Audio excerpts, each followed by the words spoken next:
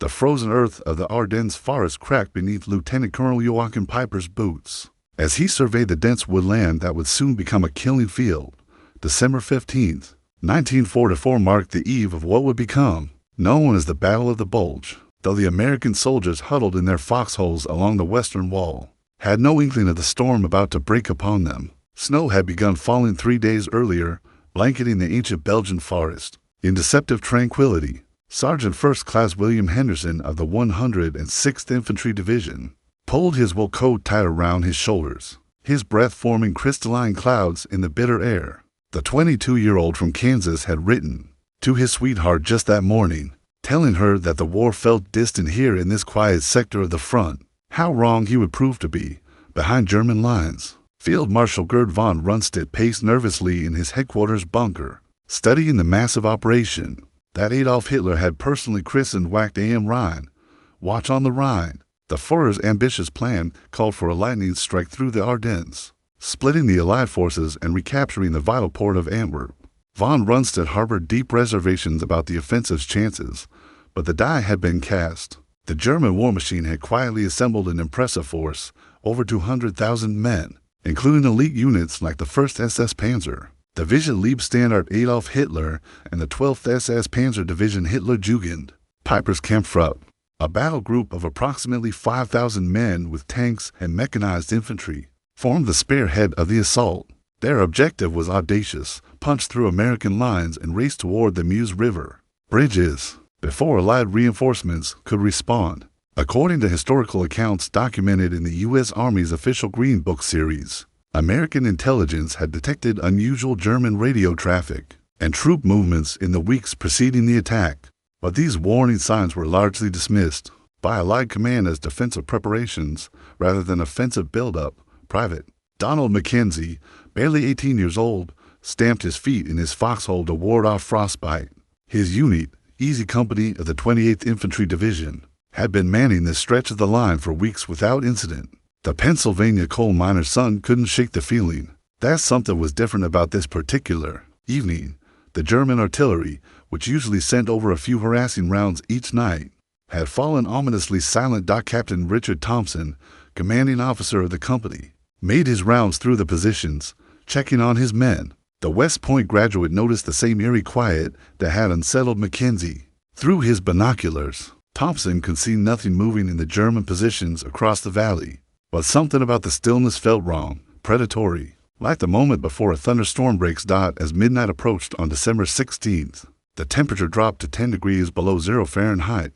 German assault troops, many of them seasoned veterans of the Eastern Front, crept forward. Through the snow-laden pine trees, they moved with practiced silence, their white winter camouflage making them nearly invisible against the snow-covered landscape. The storm was about to break, and the Ardennes would soon echo with the thunder of artillery, the roar of tank engines, and the cries of desperate men locked in mortal combat.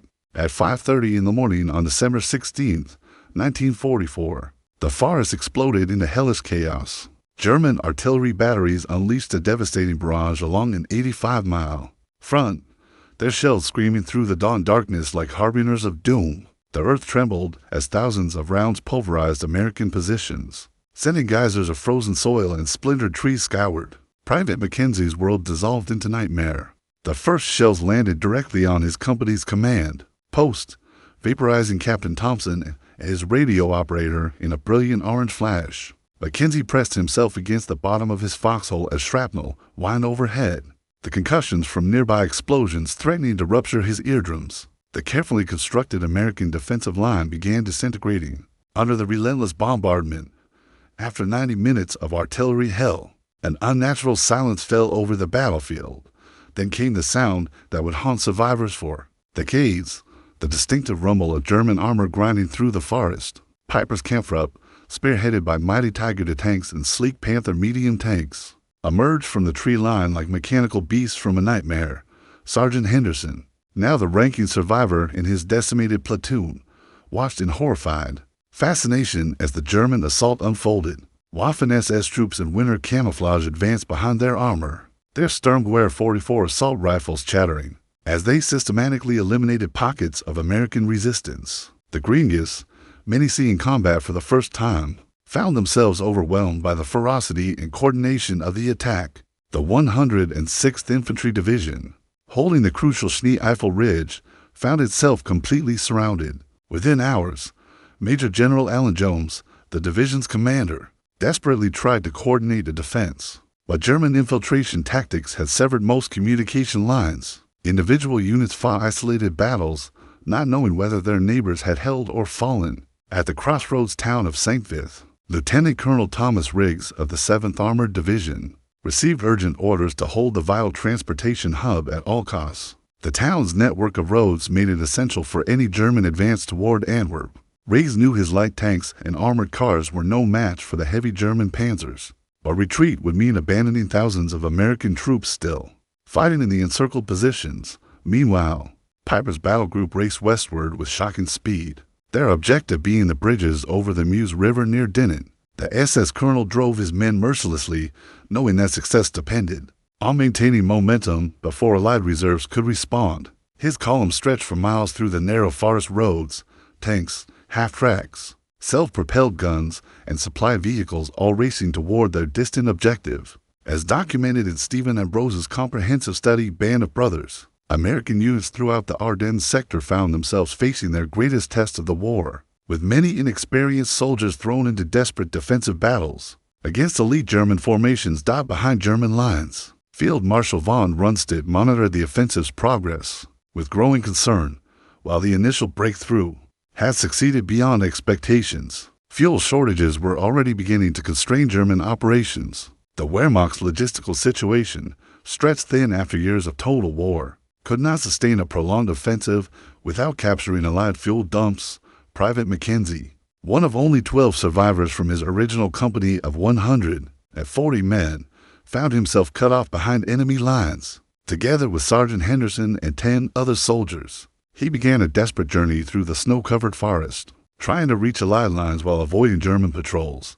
Their odyssey would become emblematic of the courage shown by countless American soldiers. During those dark December days, the Battle of the Bulge had begun in earnest, and the fate of the Western Front hung in the balance. December 17th dawned gray and bitter. With fresh snow continuing to fall across the blood-soaked Ardennes, Piper's Kampfgruppe had made remarkable progress, advancing over 20 miles through American lines in less than 36 hours. However, their rapid advance was about to be marked by an atrocity that would forever stain the reputation of the WAFFEN-SS. At the crossroads, near Malmedy, Battery B of the 285th Field Artillery Observation Battalion found themselves in the wrong place at the worst possible time. The unit, commanded by Captain Roger Mills, had been ordered to withdraw westward as German forces overran their original positions. Their convoy of 30 trucks and jeeps carrying 140 men had taken what they believed was a safe route through the Belgian countryside. At approximately 1 o'clock in the afternoon, the lead American vehicles rounded a bend and came face to face with the advanced elements of Piper's column. Panzer for tanks and armored cars quickly surrounded the surprised Americans, their guns trained menacingly on the soft-skinned vehicles. Captain Mills, realizing the hopelessness of resistance, ordered his men to surrender.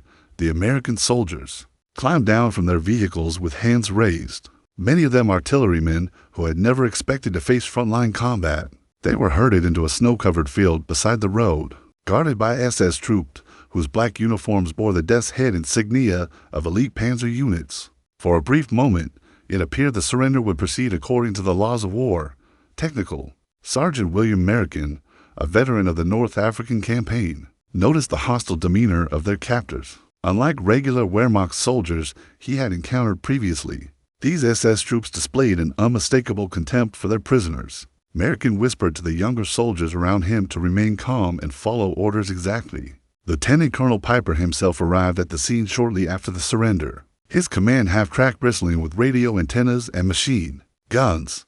The 30-year-old SS officer had earned a fearsome reputation on the Eastern Front, where the rules of civilized warfare had long since been abandoned. He spoke briefly with his subordinates before continuing westward, leaving the prisoners under the supervision of Major Werner Petschke. What happened next would become one of the most investigated war crimes of the Second World War, according to survivor testimony later presented at the Nuremberg trials. As documented in John Toland's seminal work Battle, The Story of the Bulge. SS troops suddenly opened fire on the unarmed prisoners without warning or provocation. Private James Patterson from Tennessee dove into the snow as machine gun bullets swept across the field.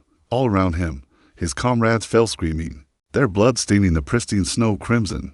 Those who survived the initial fusillade were systematically finished off with pistol shots to the head. Patterson lay motionless among the corpses, playing dead while German soldiers moved through the field, killing any wounded Americans they found still breathing. Of the 113 prisoners in that field, only 43 would survive to tell their story. Most owed their lives to the gathering darkness and falling snow, which allowed them to escape into the surrounding forest after their captors departed. The massacre at Malmedy would become a rallying cry for American forces throughout the remainder of the battle. Word of the atrocity spread rapidly through American units, carried by the handful of survivors who managed to reach friendly lines. The news had an electrifying effect on G morale, not the demoralizing impact the Germans might have expected, or rather a steely determination to fight to the death rather than surrender. Remember, Malmedy became an unofficial battle cry that echoed through foxholes and command posts across the Ardennes. General Omar Bradley, commanding the 12th Army Group, received reports of the massacre with cold rage. He immediately ordered that news of the atrocity be disseminated to all units under his command, knowing that it would strengthen American resolve in the desperate fighting ahead. The shadow of Malmedy would hang over the battle like a dark cloud, transforming what had begun as a conventional military operation into something far more savage and unforgiving. December 18th brought no respite from the bitter cold that gripped the Ardennes, but it marked a crucial turning point in the battle's momentum. As German spearheads raced westward toward their distant objectives, a small Belgian town was about to become the scene of one of the war's most determined defensive stands. Saint-Vith, a vital road junction in eastern Belgium, controlled 7 major highways that fanned out like spokes of a wheel. Whoever held the town commanded the movement of entire armies through the region. Major General Robert Hasbrouck, commanding the 7th Armored Division, understood perfectly that every hour his forces could hold Saint-Vith would give Allied commanders precious time to organize their response to the German offensive. Lieutenant Colonel Thomas Riggs had transformed the medieval town into a fortress, positioning his Sherman tanks and tank destroyers to cover the main approaches. His men worked frantically to dig fighting positions in the frozen ground, using explosive charges to blast shallow scrapes in the rock-hard earth. The tankers knew they were vastly outnumbered, but they also knew that retreat would doom thousands of American soldiers still trapped in the surrounding forest. The German 5th Panzer Army, commanded by General Hassel von Manteuffel, had identified Saint-Vith as a critical objective. Von Manteuffel, one of Germany's most capable panzer leaders, personally directed the assault on the town, bringing up elements of the 18th Volksgrenadier Division and the 6th and 2nd Volksgrenadier Division to support his armored private. First Class Robert Jenkins, a 19-year-old tank gunner from Ohio, peered through his Sherman's periscope at the German formations, assembling on the ridge line east of town. He could count at least 30 enemy tanks, including several massive Tiger IIs whose 88mm guns could penetrate his Sherman's armor at ranges exceeding 2 miles. Jenkins's tank mounted only a 76mm gun that would be effective against German armor only at close range. The battle began at dawn with a thunderous artillery barrage that shattered windows throughout Saint-Vith and sent civilians fleeing to their cellars. German Nebelwerfer rocket launchers added their distinctive howling to the cacophony, their salvos earning them the nickname Screaming Meanies among American troops. The ancient stone buildings of the town center absorbed tremendous punishment, but the American defenders held their positions. Staff Sergeant Michael O'Brien, commanding the tank destroyer positioned behind the town church, watched through binoculars as German infantry advanced through the rubble-strewn streets. The veteran of Sicily and Normandy had seen desperate fighting before, but nothing quite like this. The German assault troops moved with the confidence of elite formations, using covering fire and maneuvering tactics that spoke of extensive combat experience, according to detailed accounts preserved in the U.S. Army's official history of the European theater. The defenders of Saint-Vith were outnumbered by more than 3-1, yet they continued to hold their positions against repeated German assaults. Throughout December 18th and 19th, Captain Richard Boylan, commanding a company of armored infantry, established his command post in the basement of Saint-Vith's town hall. From there, He coordinated the defense of the northern approaches, directing artillery fire and organizing counterattacks against German penetrations. Radio communications crackled constantly as American units reported enemy movements and called for support. The fighting raged from house to house, with American tank crews firing at point-blank range into German formations. Advancing through the streets, Sherman tanks dueled with German panzers at ranges measured in yards rather than miles. Their shells, smashing through stone walls and setting wooden buildings ablaze. The medieval town became an inferno, but still the defenders held. By nightfall on December 19th, St. Vith resembled a moonscape. Every building showed battle damage, and several entire blocks had been reduced to rubble. German forces had penetrated to within the blocks of the town center, but the American perimeter still held. However, Hasbrouck knew his position was becoming untenable as German reinforcements continued to arrive. The heroic defense of St. Vith was buying time for the Allied High Command to respond to the crisis. But that time was running out. December 20th marked the beginning of what would become the most famous siege of the Second World War's European theater. While St. Vith continued its desperate defense, another Belgian town 60 miles to the southwest was about to etch its name permanently into military history. Bastogne, a modest market town of 4,000 residents, controlled 7 major roads that were essential to German success in the Ardennes offensive. Brigadier General Anthony McAuliffe, acting commander of the 101st Airborne Division, arrived in Bastogne just as German forces were closing the ring around the town. The veteran paratrooper, who had jumped into Normandy on D-Day and fought through the Bocage country, quickly assessed the tactical situation with characteristic calm. His division, normally numbering over 10,000 men, had been rushed to the Ardennes with only about 8,000 troopers, many of them replacements who had never seen combat. Major Richard Winters, commanding officer of Easy Company, 506th Parachute Infantry Regiment, established his defensive positions in the frozen woods northwest of town. The Pennsylvania native had learned hard lessons about defensive warfare during the fighting in Holland, and he applied that knowledge to preparing his sector of the Bastogne perimeter. His men dug foxholes in the iron-hard ground using bayonets, entrenching tools, and sheer determination. The German forces converging on Bastogne represented some of the Wehrmacht's finest remaining units. General Heinrich von Luttwitz commanded the 47th Panzer Corps, which included the 2nd Panzer Division, the Panzer-Lehr Division, and the 26th Volksgrenadier Division. These formations had been carefully husbanded for the Ardennes offensive and represented Germany's last mobile reserve in the West.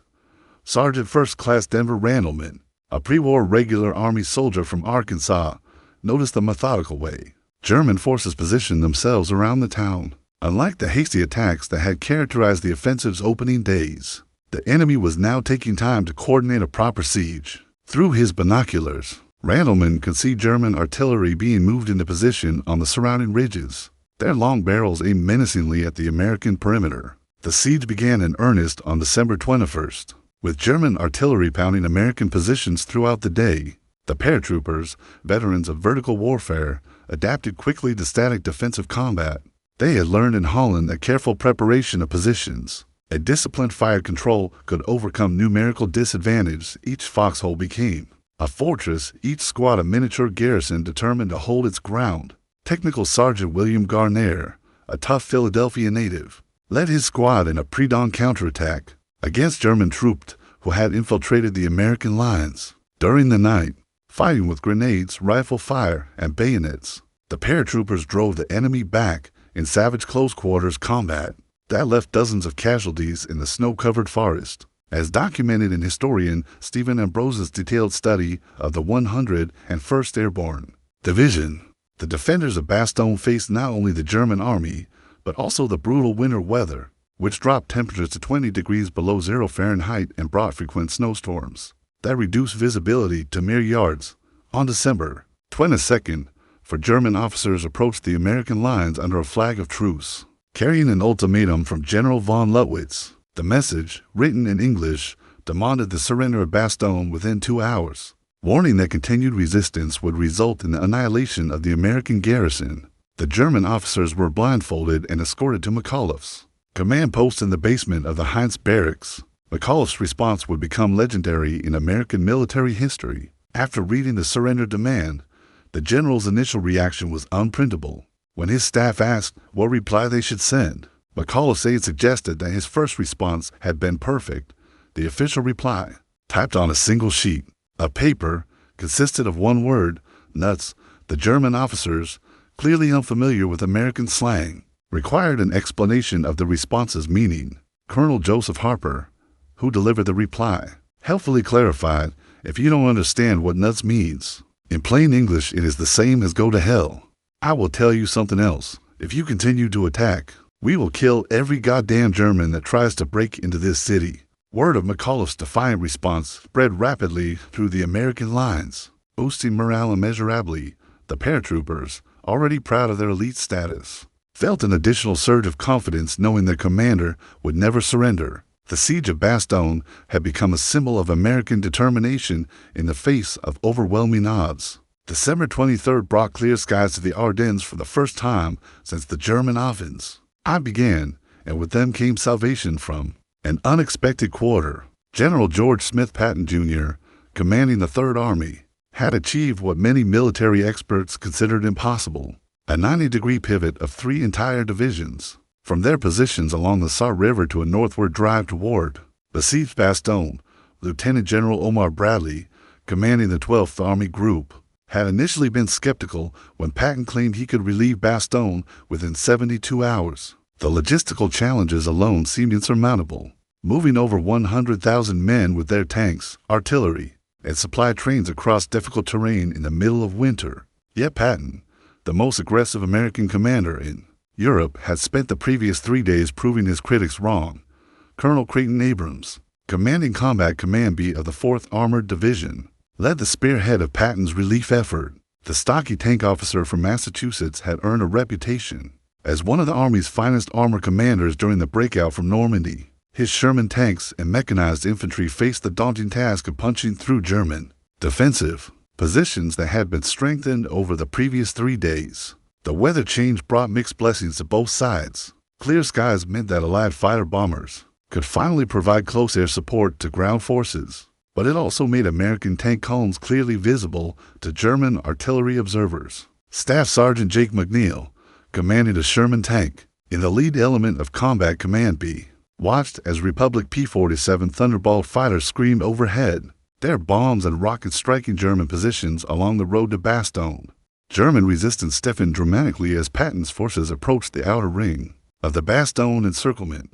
The 5th Parachute Division, commanded by Colonel WWII, had established a series of defensive positions designed to channel American attacks into carefully prepared killing zones. Heilmann, a veteran of the fighting in Italy, understood that every hour he could delay the American advance gave German forces around Bastogne more time to crush the paratroop garrison.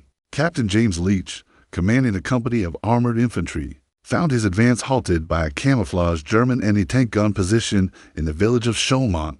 The 75mm pack gun had already knocked out 2 of his supporting Shermans, and its crew showed no signs of withdrawing despite being vastly outnumbered. Leach coordinated a flanking attack that required his men to advance through deep snow while under fire from German machine gun positions. The fighting intensified as Combat Command B approached the final ridgeline overlooking Bastogne. German artillery, directed by observers who could see the entire battlefield, pounded the American advance with devastating accuracy. Sherman tanks burned like torches in the snow, their crews bailing out under fire and scrambling for cover behind disabled vehicles. Major General Hugh Gaffey, commanding the 4th Armored Division, established his forward command post just 3 miles south of Bastogne, close enough to hear the sound of fighting in the besieged town.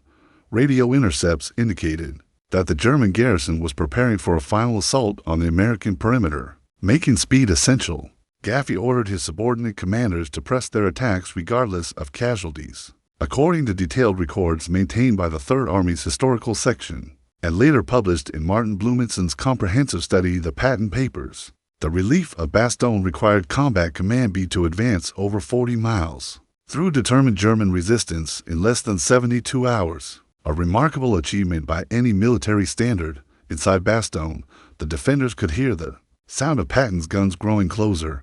Medical supplies were critically short, with Army surgeons operating by candlelight in the basement of the town church. Ammunition was rationed carefully, with rifle companies limited to specific numbers of rounds per man. Despite these hardships, morale remained surprisingly high among the paratroopers, who had developed an almost mystical confidence in their ability to hold their positions. First Lieutenant Ronald Spears, commanding Easy Company after Heavy Officer casualties, led a reconnaissance patrol toward the German lines to gather intelligence on enemy preparations for the anticipated final assault.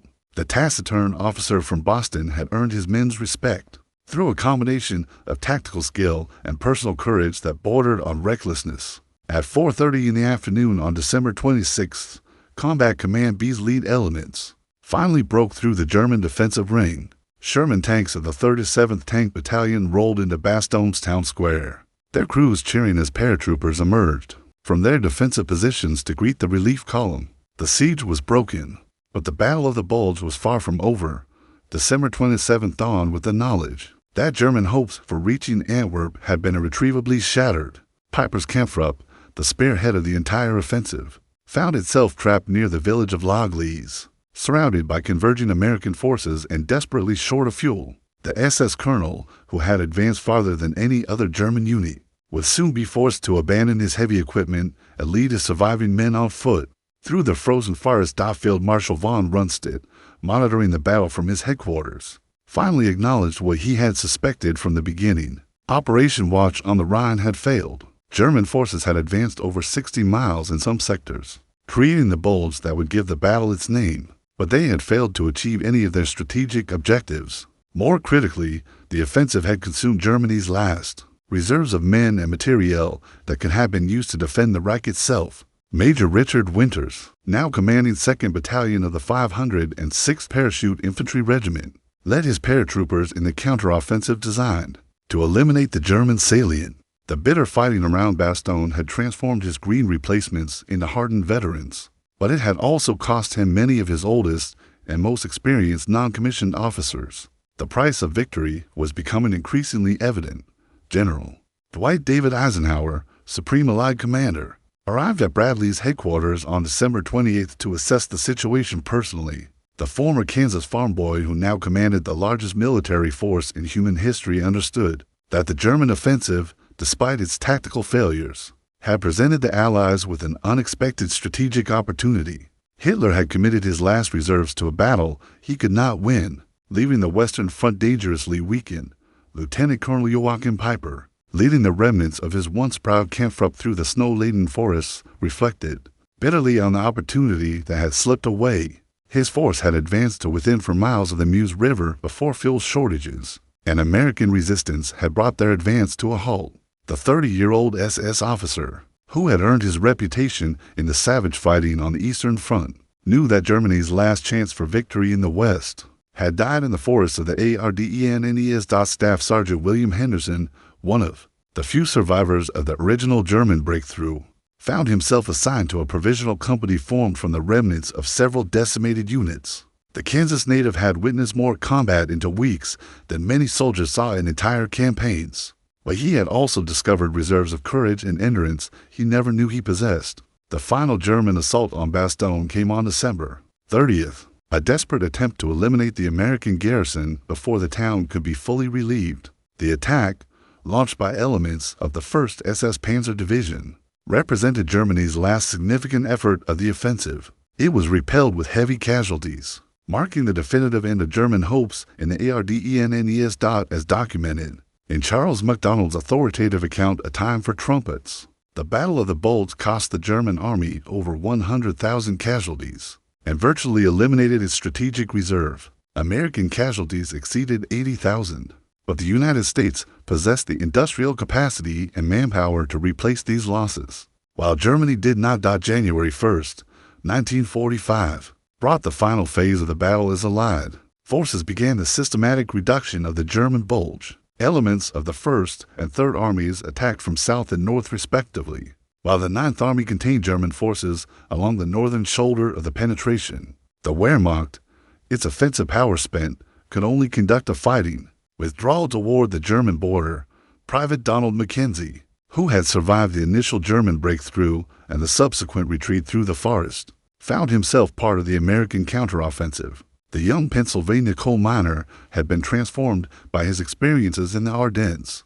gaining a hardened competence that would serve him well in the final months of the war. By January 25, 1945, American forces had eliminated the Bulge entirely, pushing German units back to their original starting positions. The Battle of the Bulge was officially over, though fighting would continue along the German border for several more weeks. Hitler's last gamble had failed catastrophically, hastening the collapse of the Third Reich and ensuring Allied victory in Europe. The Ardennes had indeed become the site of World War II's fiercest battle in the West, a crucible where American soldiers proved their mettle against Germany's elite formations. The victory came at a terrible price, but it marked the beginning of the end for Nazi Germany.